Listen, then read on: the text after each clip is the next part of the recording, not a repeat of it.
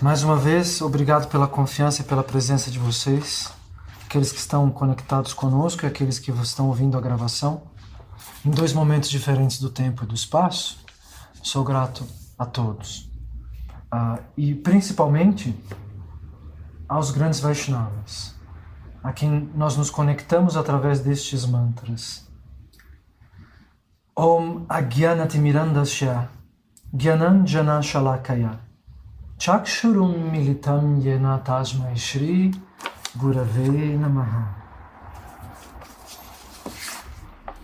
He Krishna Karuna Sindho Dinabandho Jagatpate Gopesha Gopika Kanta Radha Kanta Namostute Tapta Kanchana Gourangi Radhe Vrindavaneshwari Vrishabhanu Sute Devi Pranamami Hari Priye Vanchakalpatarubhyascha Kripa Sindubhya Evacha Patitanam Pavanebhyo Vaishnavebhyo Namo Namaha.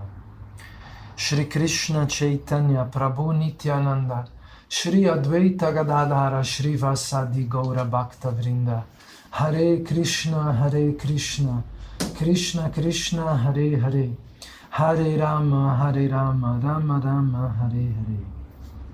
Muito bem, nós vamos continuar o nosso curso sobre o Bhagavad Gita. Nós estamos lendo o Tesouro Oculto do Doce Absoluto, de Bhakti Rakshak Sridhar Maharaj. Muito bem, estamos no capítulo 14, nós vamos reler os versos 22, 23, 24 e 25. Arjuna havia perguntado a Krishna quais são os sintomas da pessoa que transcendeu as três modalidades da natureza material, que está livre da escravidão das energias cósmicas, que não reage e que não nem pronuncia aquilo que vem na sua mente, mas avalia aquilo que precisa ser dito, se move de acordo com uma inteligência maior. Nós já tínhamos explicado isso que no começo do Bhagavad Gita, no capítulo 3, que existem diferentes níveis da percepção. Há pessoas que são movidas pelo estômago, pelos órgãos do sentido. Elas agem e vivem para se alimentar, para sentir prazeres. Se está tudo confortável, se não está confortável. Se está conforme elas imaginam ou se está desagradável. Um nível superior a este é o nível mental. Pessoas que estão ouvindo as influências de pensamentos e emoções. Superior a isso, nós temos o nível da inteligência. As pessoas que estão escolhendo coisas não porque sentem ou pensam, mas porque compreendem o que é melhor, porque conseguem escolher ações sábias independentemente do seu nível mental. São pessoas que não são dominadas pela mente. Não é? Pessoas que conseguem ir além dos próprios pensamentos. Aqueles que são dominados pela mente dizem, eu estou pensando isso, então eu preciso concluir que seja assim. Eu estou sentindo isso, então eu preciso responder a esta pessoa desta maneira. Os inteligentes, aqueles que estão no nível da inteligência, compreendem que os seus pensamentos e suas emoções não bastam para guiar suas ações. É preciso transcender a mente, é preciso agir com sabedoria. E o famoso quinto estágio é o nível, me perdoem, o estômago, a mente, a inteligência. O quarto estágio é o estágio da alma, quando a entidade viva se posiciona em total consciência de ser um servo eterno de Krishna, de ser um servidor amoroso do Absoluto, de ter uma identidade que não é o corpo. Portanto, ela já está acima da própria inteligência, que a faz escolher coisas positivas e coisas sábias. Ela tem consciência de que o que está em volta dela é um aspecto de Deus, a máquina da realidade material. E ela só está sintonizada no seu eu profundo, na sua identidade eterna. Bhaktivinoda Thakur fala de Jaiva Dharma, a função da diva. Dharma também significa função eterna. A função eterna da alma é existir para a felicidade de Deus, trocar amor com Deus. E o quinto estágio O próprio Krishna é o quinto estágio, a consciência absoluta do Supremo. Há um ponto em que a alma, totalmente rendida à sua função eterna, totalmente consciente da sua imortalidade, da sua eternidade, alcança o serviço perfeito, a conexão com Deus. Então ela é como um braço de Deus dentro da matéria. Ela vai agir da maneira necessária em relação à ética, em relação ao que é preciso ser feito, independentemente da opinião alheia, independentemente das regras mundanas, independentemente do seu estômago, dos seus 5 sentidos, independentemente da inteligência ou da mente, independentemente da sua maravilha de ser um ser eterno, ela simplesmente vai agir para Krishna. Ela vai ser como um peão de Deus dentro do xadrez da realidade material. Esse é o quinto nível da consciência. Ele vai jogar os lances do peão do corpo material. Deus vai agir no lugar de nós, através de nós, sim, sem dúvida. Mas pois a conexão está tão alta e tão perfeita que nós seremos instrumento de Krishna, não é? Diretamente. A definição de Bhakti é, como nós já dissemos, não é? Anukulyena Krishna Nushilanam, Bhakti Ruttama. O processo de Bhakti mais elevado, Uttama Bhakti, é servirmos a Deus favoravelmente.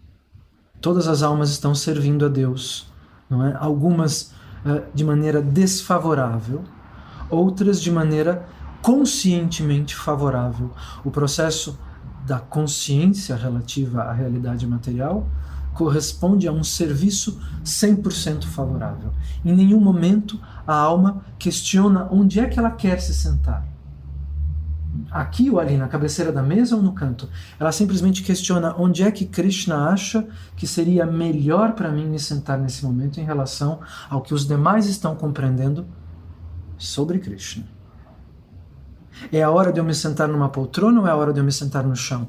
É a hora de eu me sentar na cabeceira da mesa ou é a hora de eu ceder a cabeceira da mesa?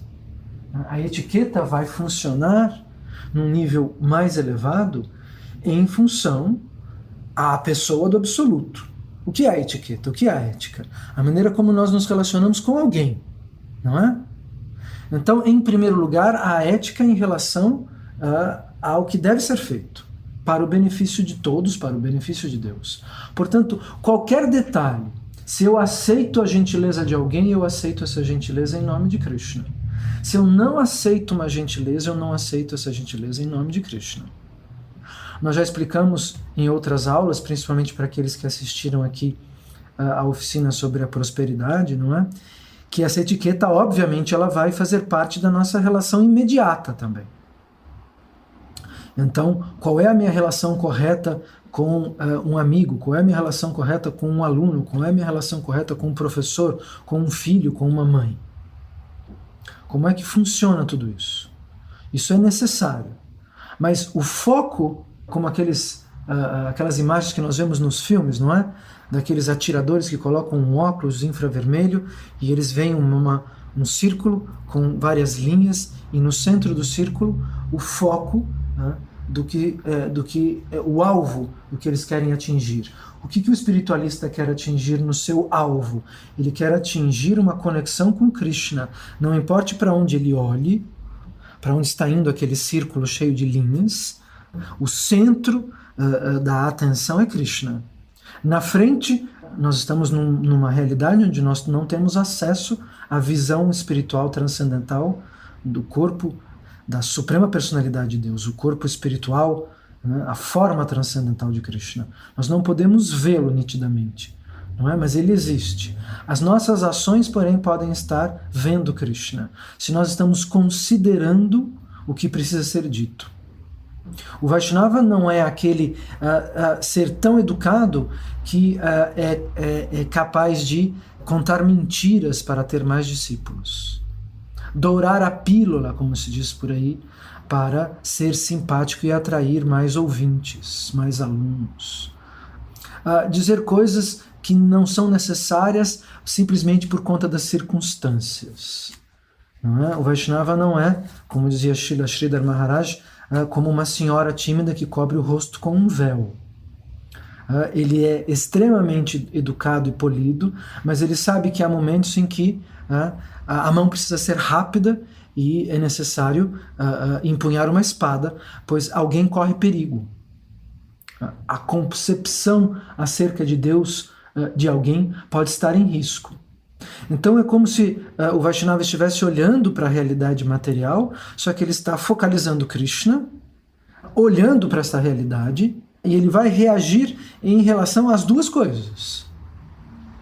A etiqueta imediata para as pessoas que estão ao redor, e a etiqueta profunda e eterna em relação à Suprema Personalidade de Deus. Isso é uma forma da consciência. Você nunca pode perder de vista Krishna e nem mesmo os demais. Se o serviço, no caso de um grande Vaishnava, é levar as pessoas à consciência de Deus, ele não pode perder a noção do que as pessoas estão pensando. Enquanto ele olha para as pessoas, ele tem que estar conseguindo se colocar no lugar de cada uma delas, imaginando um nível de conhecimento e dizendo aquilo que é necessário para cada uma. Gurudeva era capaz disso. Não é? Eu estava comentando isso ontem, depois da aula, quando todos foram embora com a minha mãe. Gurudeva dava aulas para 200 pessoas em 200 diferentes níveis de consciência. Pessoas que entravam no templo que estava com a porta aberta, que vinham do Parikrama, que nunca tinham ouvido falar, nunca tinham ouvido Gurudeva falar. Devotos extremamente avançados, Vaishnavas de 80 anos, se sentavam no chão para ouvir Gurudeva, que tinha 90. Todos entendiam todas as palavras do começo ao fim. Era algo extraordinário. E ao término das aulas, nós estávamos maravilhados com o fato de que, por exemplo, os mais velhos diziam coisas sobre a aula que nós não tínhamos percebido. Cada nível, os brahmacharis comentavam outras coisas, né? Os monges jovens. Os grihastas comentavam outras coisas, os casados com famílias. Cada um de nós ouvia uma aula diferente, cada uma delas era perfeita para a nossa medida, e nós trocávamos ideias e aprendíamos dos comentários uns dos outros. Ele revelava coisas extremamente avançadas enquanto estava dizendo coisas extremamente simples contemporaneamente, ao mesmo tempo. Isso é uma característica de quem tem consciência de Deus, pois ele está olhando para os seres humanos, ele está entendendo do rosto, da expressão, das roupas, dos detalhes inclusive materiais, não só os detalhes transcendentais, mas o detalhe material está dizendo o nível em que cada um está.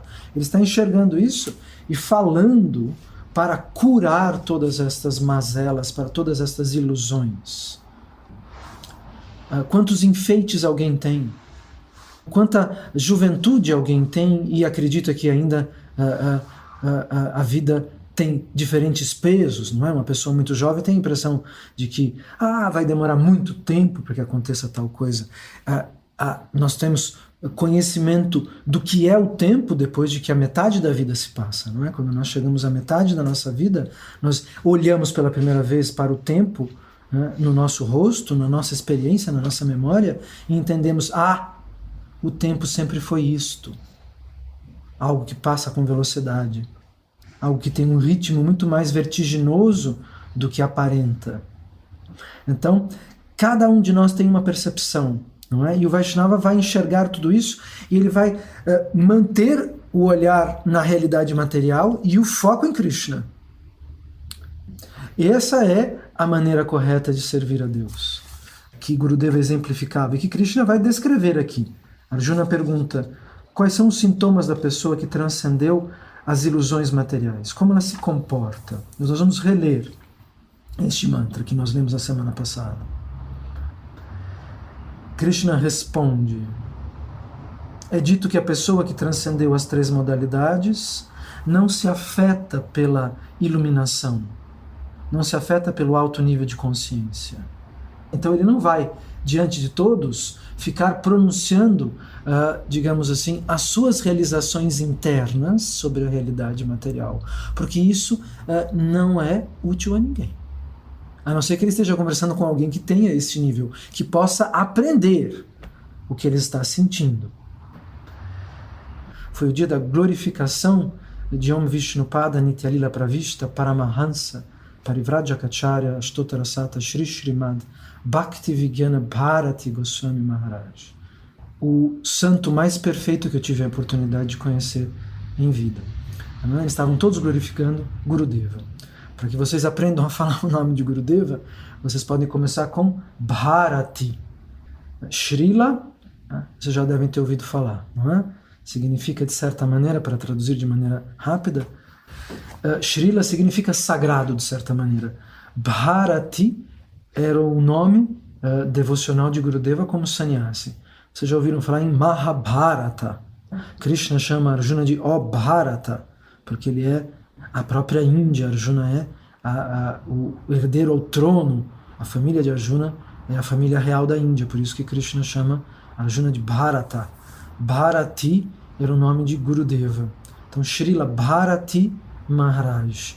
Eu pronunciei todos os títulos transcendentais que ele obteve, inclusive ao entrar Nityalila Pravista, significa aquele que entrou nos passatempos eternos de Krishna, dentre os nomes que foram pronunciados, para que vocês aos poucos possam alcançar o conhecimento acerca dos Vaishnavas e de Gurudeva. Muito bem, essa semana em Londres, como domingo foi o aparecimento de Gurudeva, a data de aparecimento de Gurudeva, Vaishnavas em toda a Índia durante 7 dias glorificaram Gurudeva de manhã e de noite. Isso aconteceu na Índia e em muitas cidades do planeta Terra, onde os Vaishnavas estão viajando. Aconteceu aqui no Brasil, em vários templos, em várias casas e principalmente em vários corações. A glorificação de Gurudeva foi feita, inclusive aqui por nós, no domingo passado e durante a semana, ao ouvir estas aulas. Maharaj descreveu Gurudeva como alguém capaz de mergulhar dentro do processo da devoção a Deus, de maneira extremamente profunda, como alguém que tem fôlego para chegar à profundidade do oceano e trazer à tona as joias transcendentais desta espiritualidade pura. O trabalho de Gurudeva era ser o mergulhador de Bhakti. Eu fiquei bastante emocionado e raptado por essa imagem. Como dizem os Vaishnavas, intoxicado pela perfeita poesia desta descrição da personalidade de Gurudeva. Então o processo de Bhakti é como um mergulho dentro do espírito. E o que é o espírito? O espírito são as nossas emoções que se purificam. Quanto mais nós sentimos coisas adequadas, controlando as nossas sensações, a nossa mente, em perfeita sintonia com as emoções que Deus considera perfeitas, mais nós nos aproximamos dele. Então, o Vaishnava, como Krishna responde aqui, é aquele que não se afeta pela consciência, mas ele vai agir de maneira adequada.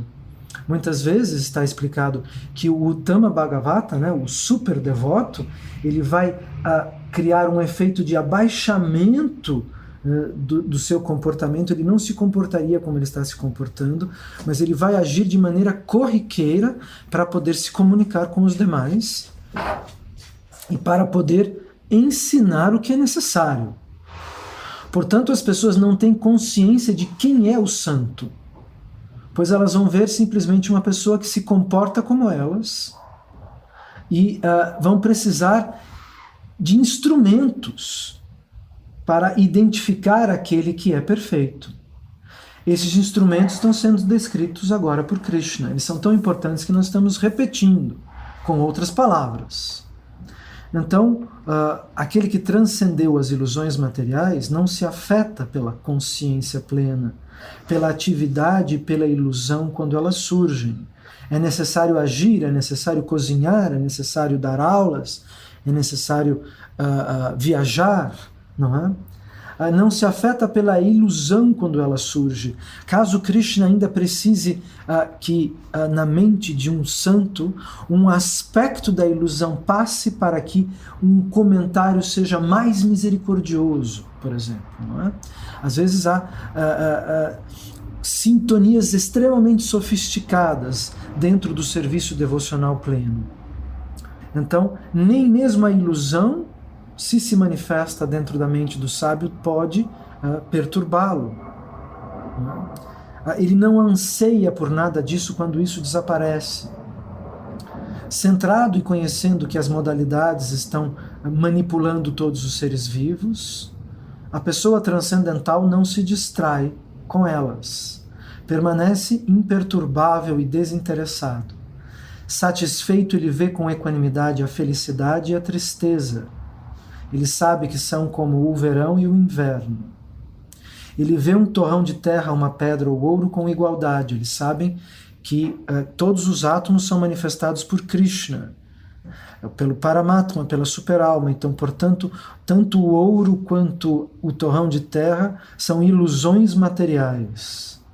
É uma pessoa sábia equilibrada em circunstâncias desejáveis e indesejáveis. Ele mantém um equilíbrio quando as coisas estão prazerosas e quando as coisas estão extremamente desagradáveis e difíceis. Na injúria, no elogio, ele continua servindo, ele continua agindo de maneira focada em Deus e na misericórdia que ele está distribuindo aos demais, mesmo quando ele é apedrejado ou mesmo quando ele é aplaudido. Na honra e na desonra, ele se comporta de forma justa com o amigo e o inimigo e renuncia a todos os esforços mundanos que visam o prazer pessoal. Ele não age para o próprio prazer, ele age para o prazer de Deus. Essa é a descrição daquele que transcende as influências da mente, as influências dos planetas, as influências das emoções e dos pensamentos.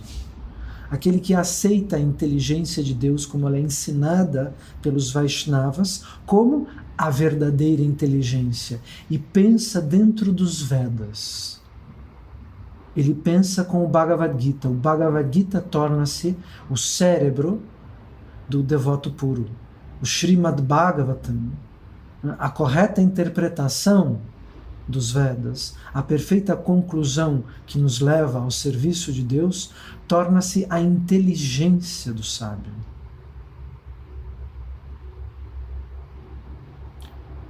A pessoa que, sem desvio, me serve com devoção, transcende as três modalidades da natureza material e qualifica-se para conhecer sua divina identidade interior. Krishna continua revelando um outro aspecto. Ele diz, vamos atentar inclusive para a ordem do que ele fala. Aquele que sem desvio, sem quedas, me serve com devoção, transcende as três modalidades da natureza material e vai ser um candidato, ele vai se qualificar. Esse verbo é muito importante. Ele vai se qualificar, kalpate, em sânscrito, para conhecer sua divina identidade interior. O processo de Bhakti culmina na consciência de todos os aspectos transcendentais e espirituais da realidade do belo de Shri Krishna Govinda, e tem como coroamento a consciência de quem a alma individual é no cenário da realidade absoluta. Como é a forma, qual é a identidade, qual é o específico serviço, a postação da alma em relação ao universo transcendental, dentro do universo transcendental. Quando a diva, A alma, através da misericórdia do conhecimento védico transmitida pelos Vaishnavas, compreende todos os aspectos do universo espiritual em seus detalhes emocionais através do próprio coração. Ela vai enxergar e conhecer a si mesma na sua perfeita posição e forma transcendental dentro do universo do espírito. Este é o término da ilusão. Nós nos realizamos, autorrealização significa compreender toda a realidade ilusória, a realidade energética, através da compreensão da realidade espiritual, da purificação da própria consciência e da purificação da própria ética, através do exemplo dos grandes Vaishnavas, do exemplo do Guru, até que os aspectos e os detalhes do universo do espírito, do universo absoluto, ao redor do qual o nosso universo e outros bilhões e trilhões de universos orbitam como átomos arranjados numa gigantesca molécula. Quando compreendemos o que está dentro do universo espiritual, nós vamos compreender também a nossa posição. Aí nós realizamos quem nós sempre fomos. Aí não há mais nenhum grão de poeira sobre o espelho da alma e ela sabe qual servo de Krishna transcendental ela é. Isso que ele quer dizer com a pessoa que sem desvio me serve com devoção, transcende as três ilusões materiais, as três modalidades da ilusão material da natureza, ignorância, paixão e bondade, e assim se torna qualificada para conhecer sua identidade interior. Eu sou a base da verdade absoluta, o inesgotável néctar, os eternos passatempos e o definitivo êxtase do amor divino, declara Krishna no final deste capítulo. Daquele que se ocupa em serviço devocional pleno e não falha em circunstância alguma, transcende de imediato os modos da natureza material e chega então ao nível de Brahman. E Krishna vai explicar: eu sou a base do Brahman impessoal, que é imortal, imperecível e eterno, e é a posição constitucional da felicidade última. Exige-se que a pessoa se torne Brahman, ou espírito, que fique livre de toda a contaminação material. A pessoa, como alma individual, não vai perder a sua identidade eterna de Brahman. O que é Brahman? Brahman é o oceano que separa os universos materiais do universo espiritual. Em síntese, ele também significa espírito.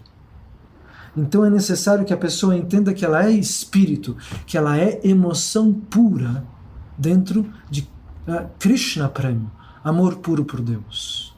O universo espiritual é o amor puro por Deus, vivido pelas almas liberadas, pelas almas nityasidas, pelas almas que são eternamente liberadas, as expansões de Deus, os corpos sucessivos das cortes celestes da adoração a Krishna, e as almas condicionadas que se liberaram. Todas elas estão condividindo uma realidade que é a conjugação, os detalhes, as atividades transcendentais deste amor puro por Deus.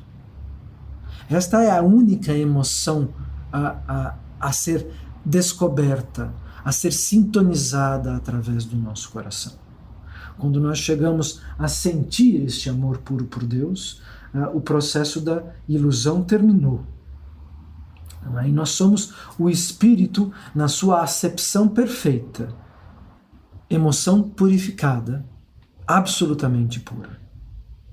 E Krishna aqui vai complementar. Não pense que eu estou falando que você vai se unir ao oceano do brilho indistinto. Eu sou a base do Brahman pessoal, que é imortal, imperecível e eterno, e é a posição constitucional da felicidade última. A constituição do Brahman é a imortalidade, a perpetuidade, a eternidade e a felicidade. O Brahman é o início da realização transcendental. O Paramatma, a expansão de Krishna ao lado do nosso chakra, da nossa alma individual dentro do nosso coração, a superalma, é o meio ou a segunda etapa em realização transcendental. A suprema personalidade de Deus é a compreensão última acerca da verdade absoluta. Deus se manifesta em 3 aspectos. O Paramatma, que está dentro do nosso coração.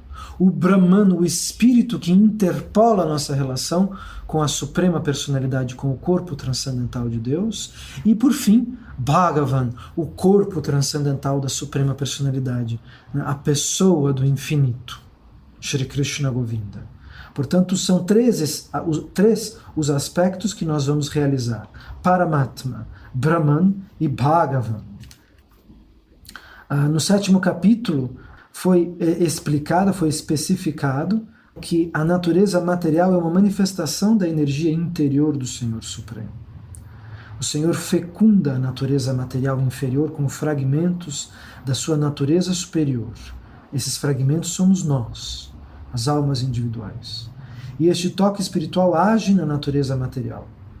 Ao passar a cultivar o conhecimento espiritual, a entidade viva condicionada por esta natureza material deixa a posição de existência material e aos poucos eleva-se até atingir a concepção do Brahman acerca do Supremo. Este fato de alcançar na vida o conceito do Brahman é a primeira etapa da autorrealização. Portanto, é necessário entendermos que tudo é espírito. Porém, quem é que fecundaria a realidade material se o espírito não pudesse possuir também uma personalidade masculina suprema e uma energia feminina absoluta? Se Radha e Krishna não existissem, o Brahman seria ingovernado, sem possibilidade de escolha. É na personalidade do Purusha, e de Adi Shakti transcendental, não é? Da energia suprema de Krishna.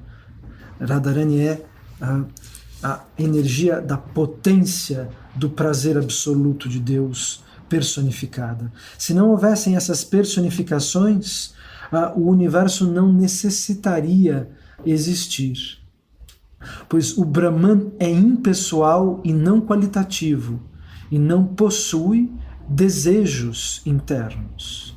Para que os universos se manifestem, é necessário a presença de Deus na sua forma como Bhagavan, na sua forma como o opulento, aquele que possui toda a beleza, toda a força, todo o conhecimento, toda a riqueza, toda a fama, toda a glória e, por fim, todo o autocontrole. Se esta personalidade eterna não existisse, Deus não poderia desejar a manifestação dos universos.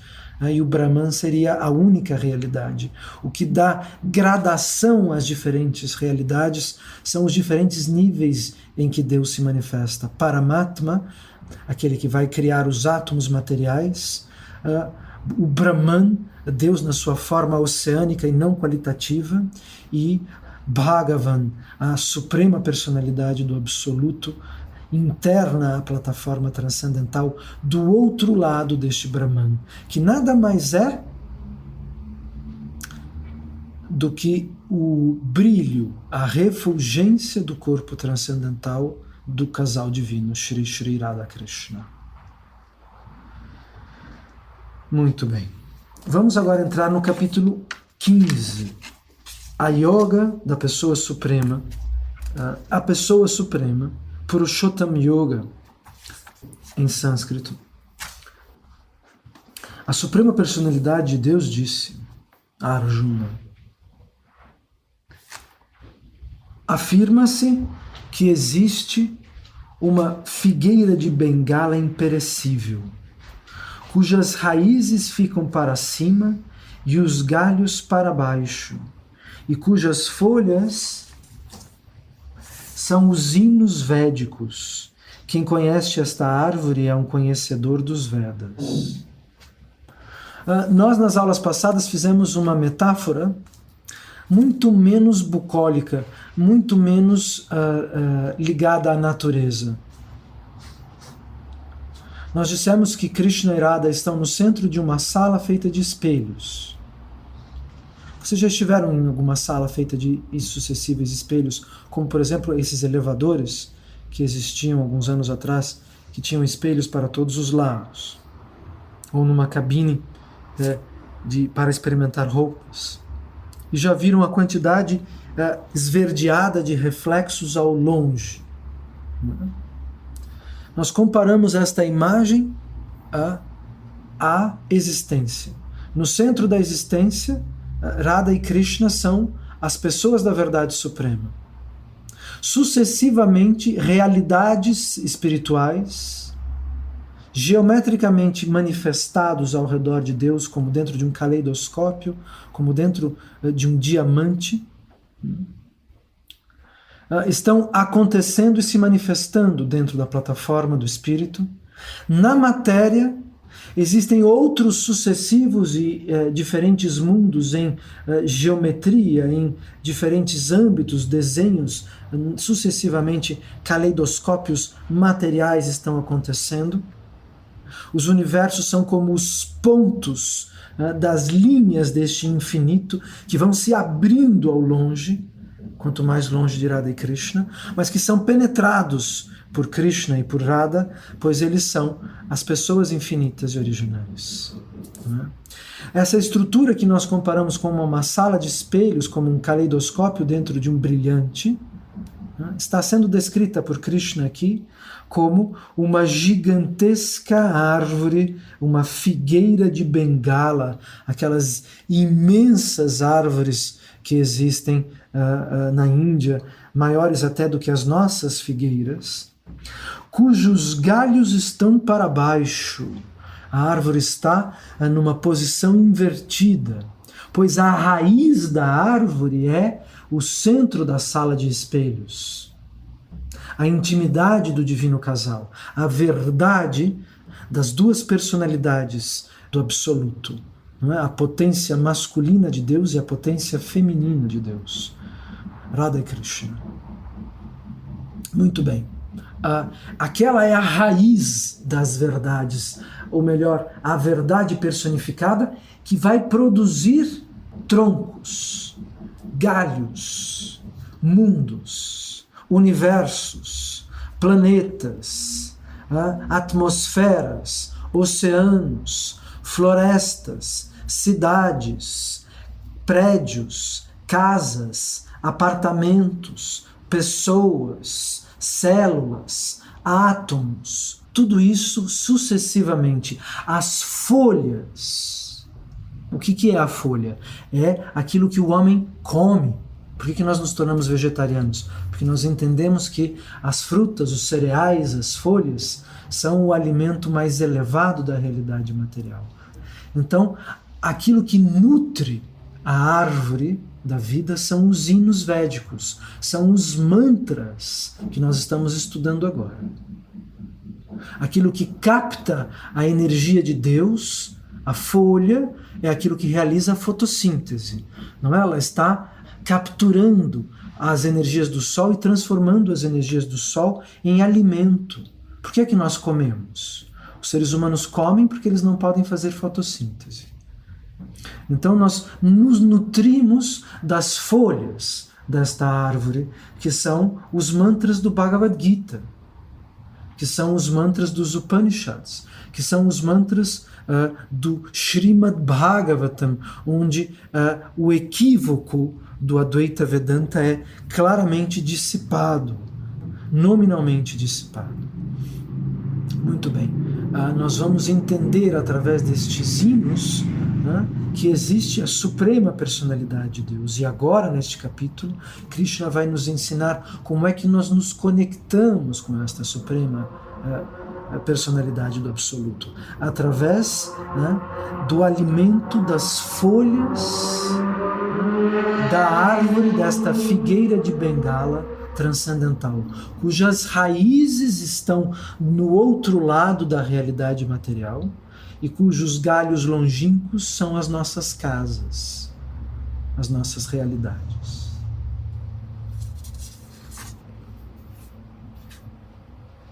A raiz desta existência material avança para cima. Isso quer dizer que ela alcança a substância material total, o planeta mais elevado do universo, onde o Brahma reside. De lá expande-se o universo inteiro com muitos galhos, representando os vários sistemas planetários. Os frutos representam o resultado das atividades dos seres vivos, ou seja, o karma, a religião, o desenvolvimento econômico, o gozo dos sentidos e, por fim, a liberação. Em outras palavras, a árvore deste mundo material é um mero reflexo da verdadeira árvore, o mundo espiritual.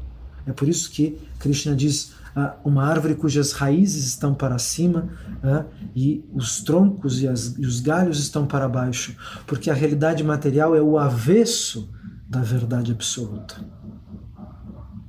Quando se diz que alguém conhece os Vedas, supõe-se que ele saiba como cortar o apego a este mundo material.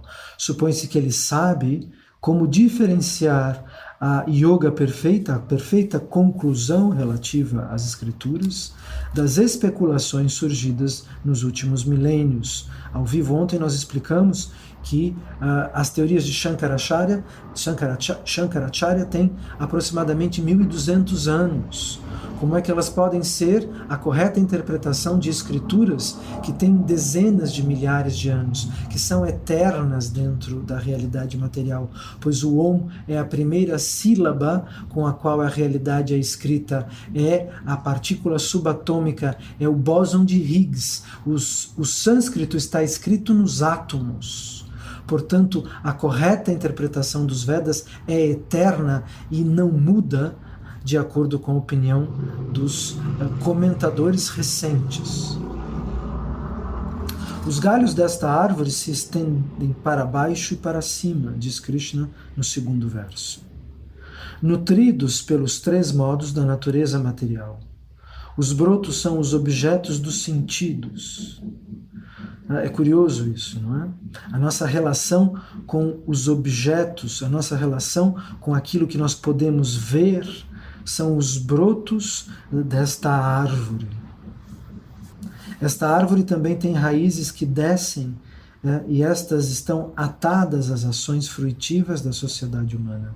Existem também outros tipos de raízes que prendem as ações da sociedade humana ao seu desejo próprio de viver prazeres independente de Deus.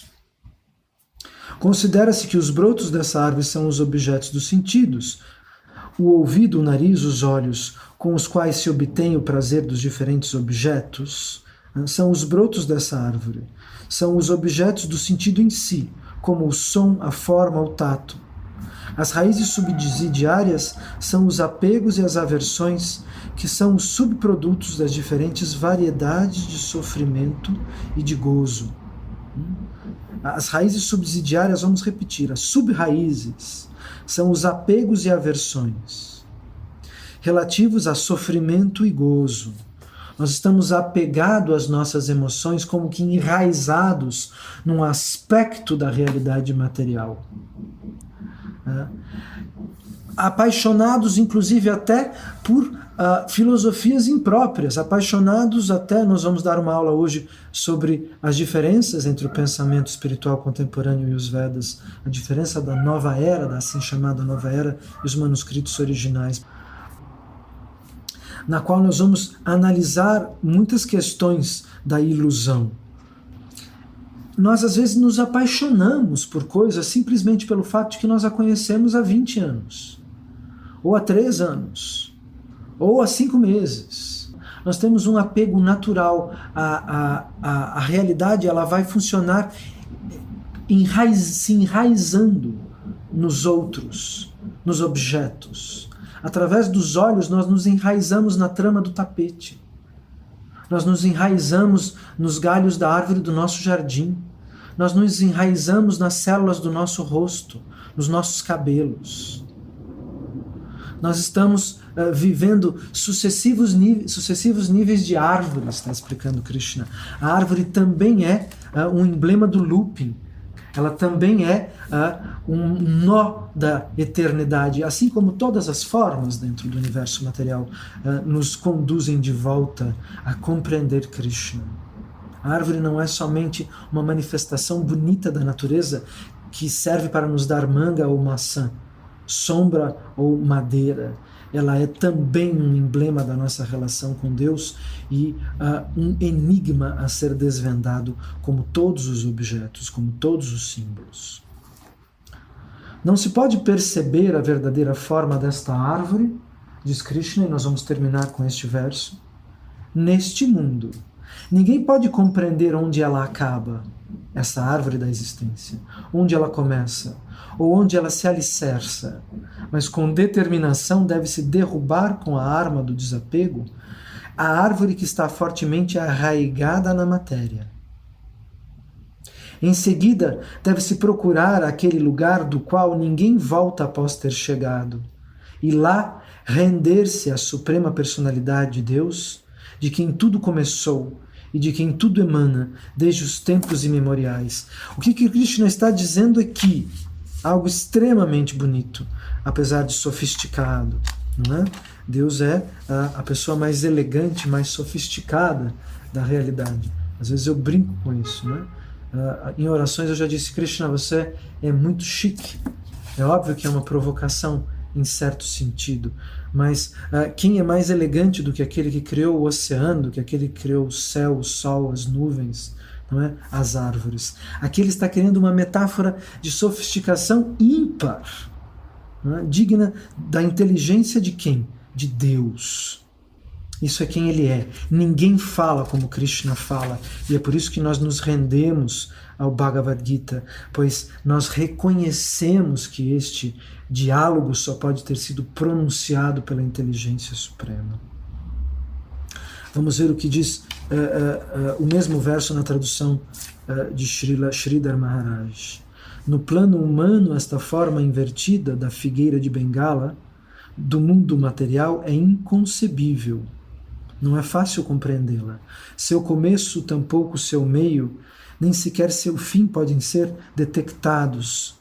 Com a associação dos Vaishnavas, a pessoa adquire o afiado machado do desapego mundano, usando esta arma para cortar a árvore ilusória da própria existência material, que é teimosamente enraizada na aversão ao Senhor Supremo.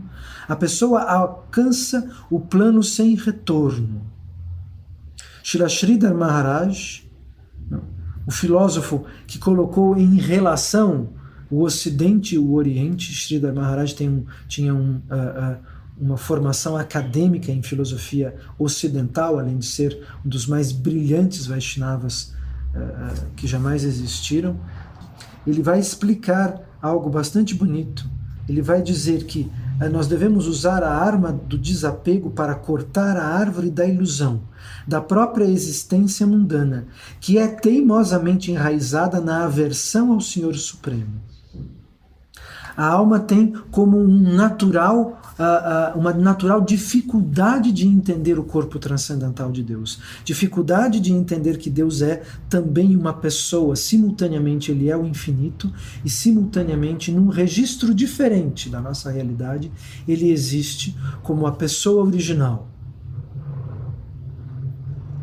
Isso é da nossa constituição ilusória, a nossa aversão a compreender Krishna. A pessoa, alcançando isso, extirpando esta árvore material, Krishna está falando de sucessivas e infinitas árvores, uma dentro da outra. Você tem uma árvore de veias e sangue dentro do seu corpo, irradiando da raiz do coração. Nós somos sucessivas formas que contêm os designs com que Deus arquiteta a realidade. Existe uma árvore invisível dentro do nosso apego. Não é? Uma vez que ela é extirpada, nós vamos alcançar o plano sem retorno, aos pés de flor, aos pés de perfeição de Krishna, não é? Aos pés de lótus do Senhor. Então, com devoção pura, a pessoa deve aproximar-se dos sagrados pés de lótus do Supremo Senhor Deus, com abrigo e horário eu me rendo à pessoa original, o Senhor Supremo de todas as coisas, por cuja potência ilusória maia esta perpétua árvore do mundo material surgiu. O que nós devemos fazer então? Devemos procurar o lugar do qual ninguém volta após ter chegado e lá render-se a esta suprema personalidade de Deus, ou seja, meditar nos aspectos da plataforma transcendental, compreender aquela realidade magnífica descrita como sucessivas flores de diamantes vivos, e lá, através da nossa meditação, nos rendermos à suprema personalidade de Deus, apesar de estarmos presos num galho seco de um universo semivivo há bilhões e bilhões e bilhões de anos relativos ao conhecimento, não relativos à velocidade da luz, mas à velocidade do conhecimento de distância. É assim que nós quebramos a ilusão desta árvore transcendental e material que está sendo descrita por Krishna. Não é lá, nós devemos nos render à suprema personalidade de Deus, de quem tudo emana e de quem desde tempos imemoriais. Eu agradeço a paciência, a confiança e a atenção de todos vocês. Agradeço, em primeiro lugar, sobretudo e eternamente, infinitas vezes, milhões e milhões de vezes, eu presto minhas reverências a Srila Gurudeva e aos grandes Vaishnavas. Vanchakalpatarubhyascha kripa sindubhya evacha patitanam pavanibhyo vaishnavibhyo namo namaha.